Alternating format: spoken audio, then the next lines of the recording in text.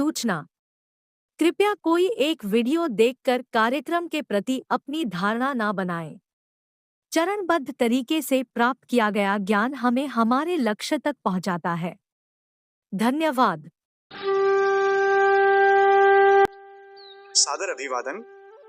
आज के इस ज्ञान सत्र में उपस्थित सभी जिज्ञासुओं का स्वागत है।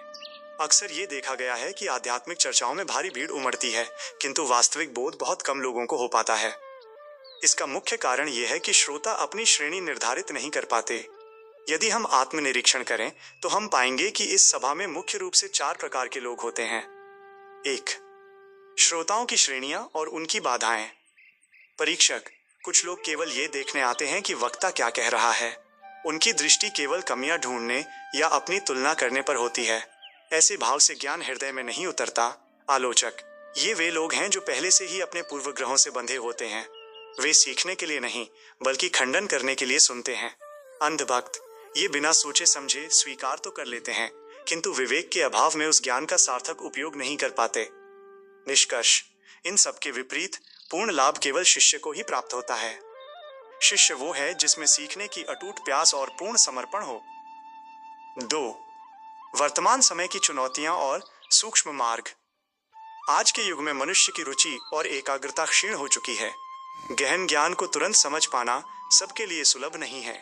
इसीलिए यहाँ जटिलता को त्याग कर अत्यंत सूक्ष्म और सरल मार्ग अपनाया गया है, ताकि आप सहजता से सत्य को ग्रहण कर सकें। 3. धर्म का वास्तविक अर्थ, स्वभाव। साधारणतः हम धर्म को संप्रदायों हिंदू, मुस्लिम, सिख, ईसाई से जोड़कर देखते हैं, जो कि एक सीमित दृष्टिकोण है। वास्तव में धर्म का अर्थ है मूल स्वभाव। जैसे अग्नि का धर्म तपना है और जल का धर्म शीतलता प्रदान करना है, वैसे ही मनुष्य का भी एक मूल स्वभाव होता है। विभिन्न धार्मिक संप्रदाय केवल उस मूल स्वभाव तक पहुंचने के साधन या साधनाएं मात्र हैं। 4. धर्म संकट और प्राथमिकता का क्रम।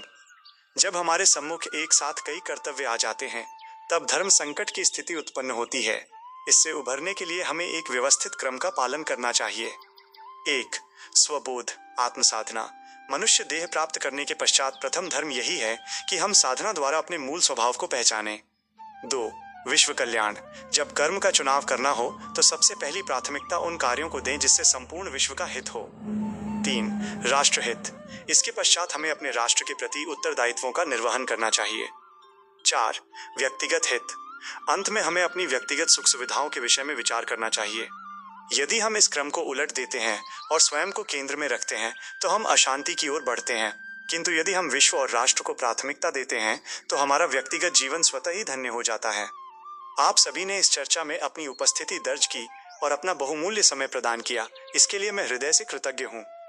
आशा है कि ये सूत्र आपके जीवन की दिशा निर्धारित करने में सहायक सिद्ध होंगे। धन्यवाद।